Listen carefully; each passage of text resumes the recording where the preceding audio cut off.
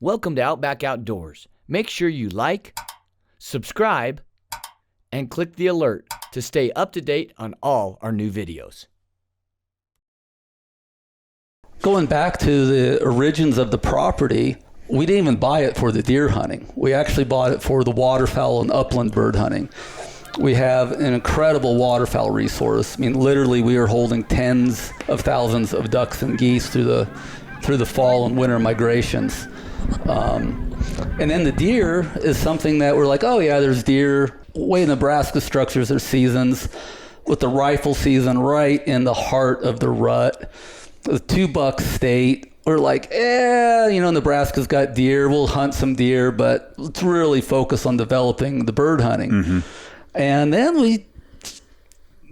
we still put a lot into the bird hunting, but as I started to pursue whitetails, starting there about 13 years ago on that property, I really became enchanted with the whole process of hunting whitetail. Even though our property is about 750 acres, which is a good sized property, mm-hmm. but of that, there's only about 300 acres of good deer habitat. So that's kind of getting into like more your average size, deer parcel.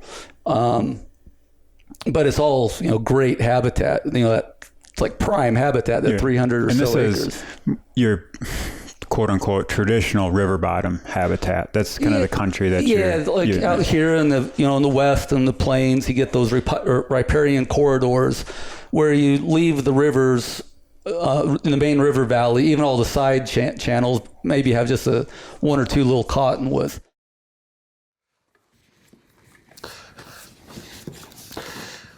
Safety line.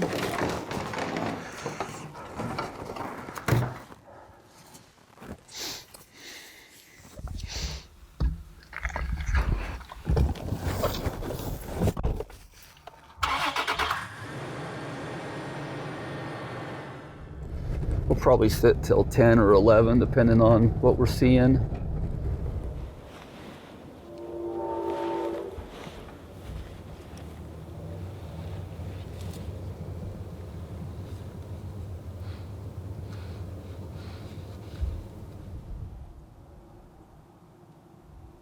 It's good to be back in the whitetail stand. It was a good elk season. Tougher elk season than usual. But I'm tired of walking up and down mountains for weeks on end, so it's good to be back in the stand and watch the world come to life around us here. But we're here on my little place in Nebraska. First morning sit of the season, and I know there's been a couple good bucks living in this little bedding area. It's still a little early, but we'll see what comes by here this morning.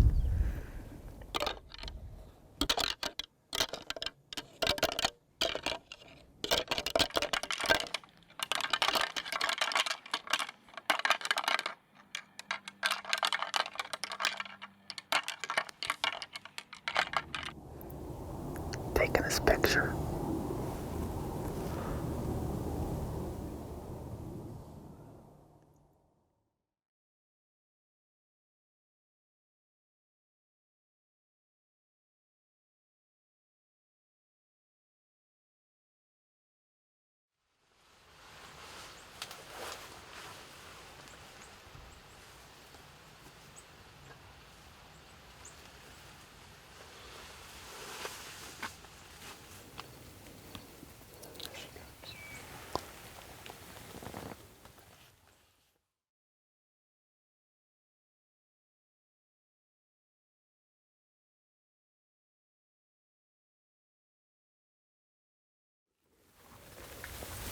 Thing to aim low. I should have held at the bottom of her vitals. I just got freaking schooled by a doe. I didn't rush the shot. That was pretty calm. Got two more. Just right of the cage right now.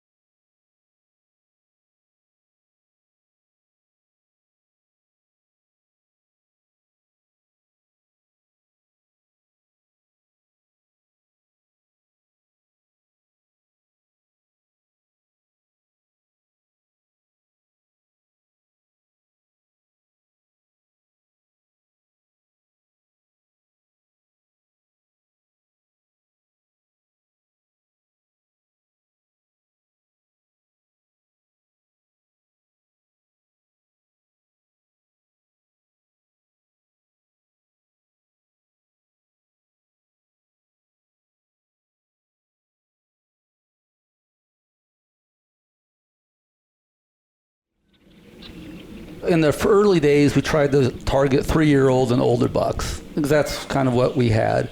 And then there was a few years where we started getting a good number of 4 and even a few 5-year-old bucks. And so now we're trying to harvest 4-year-old bucks or older. And we usually have around, plus minus 6 bucks that are in that 4-year-old plus age category. Now, if we have a really tough harvest on rifle season, might only have 3 or 4, 2 or 3 bucks really in that 4 plus category. If the rifle hunters struggled, we might have 7 or 8 4 plus, but really that's about the maximum number of mature bucks that I have space to hold. Gotcha. Seems like that's I have a hard time imagining more than about 7 or 8 4-year-old plus bucks on the property. How many did you have last year? So last year we 2018. So we had Little Stickers and Shed and Average Joe. We just had 3 last year.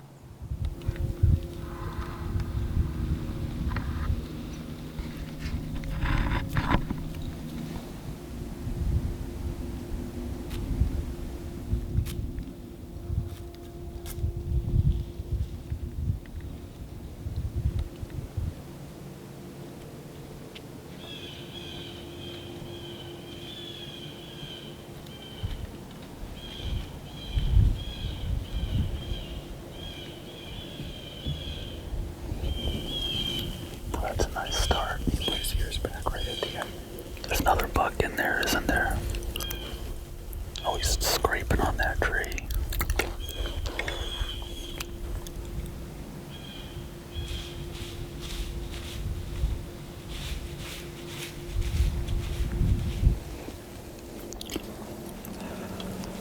Shooting lanes will line up nice. Now we just need a 4-year-old or older buck.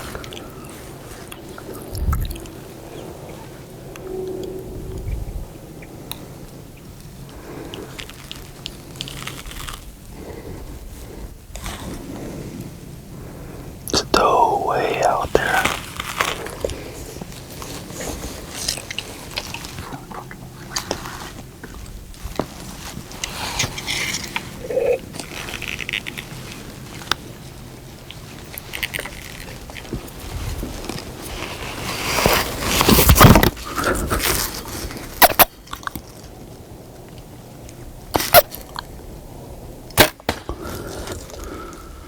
Average Joe.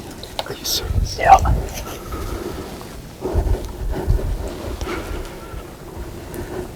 We're not done. I got 2 tags.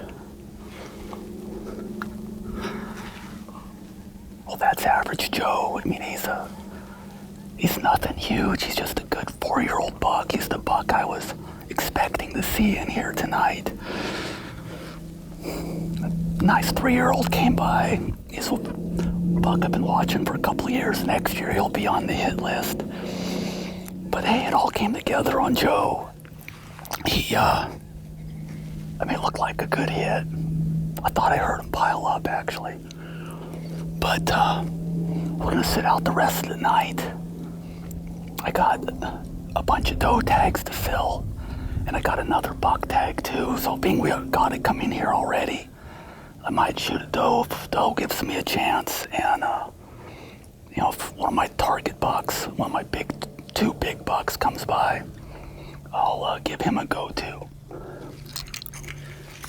He's a nice buck, 130 class 8, 4-year-old deer.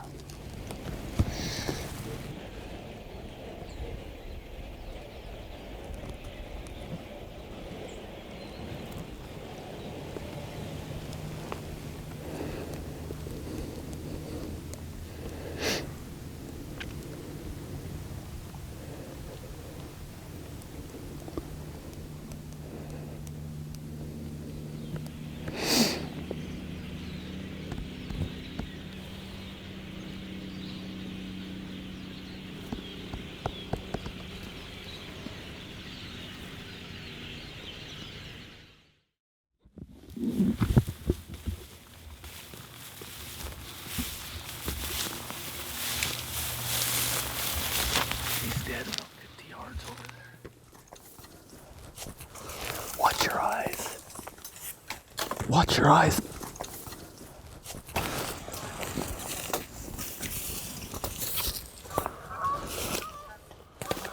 But he's right there. He's dead right there. I think I shot the wrong buck.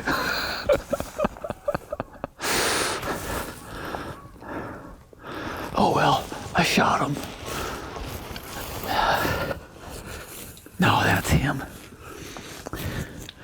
Or is it? That's not him. I shot the wrong buck. Maybe it is him. He looks a lot smaller in person. So the hunt last year, there was a really nice, nothing special, just I call him Average Joe, nice 4-year-old 8-point. I passed him up the year before as a 3-year-old. He's a buck I thought I knew really well. And a 3-year-old 8-point stepped out. I had to make a split-second decision, but we were in that stand hunting that particular buck. Mm-hmm. And when this 3-year-old stepped out, the rack looked right, the body looked right, and I made 10, 15 seconds. I thought it was the buck I was in there for. Yeah, I don't even think it was that long. Looking at the footage, it happened pretty fast. You look over your shoulder and it's right there, and then you're drawn back. Him. Yep, it happened really quick. It was just an average-sized rack. And like you said, he didn't have a particularly big body. It was a 3-year-old that stepped out, and you looked at the rack real quick, and it looked the like same. Him. It looked like so using antler size and configuration as a judge of age is just, and that's where it's not a very good indicator.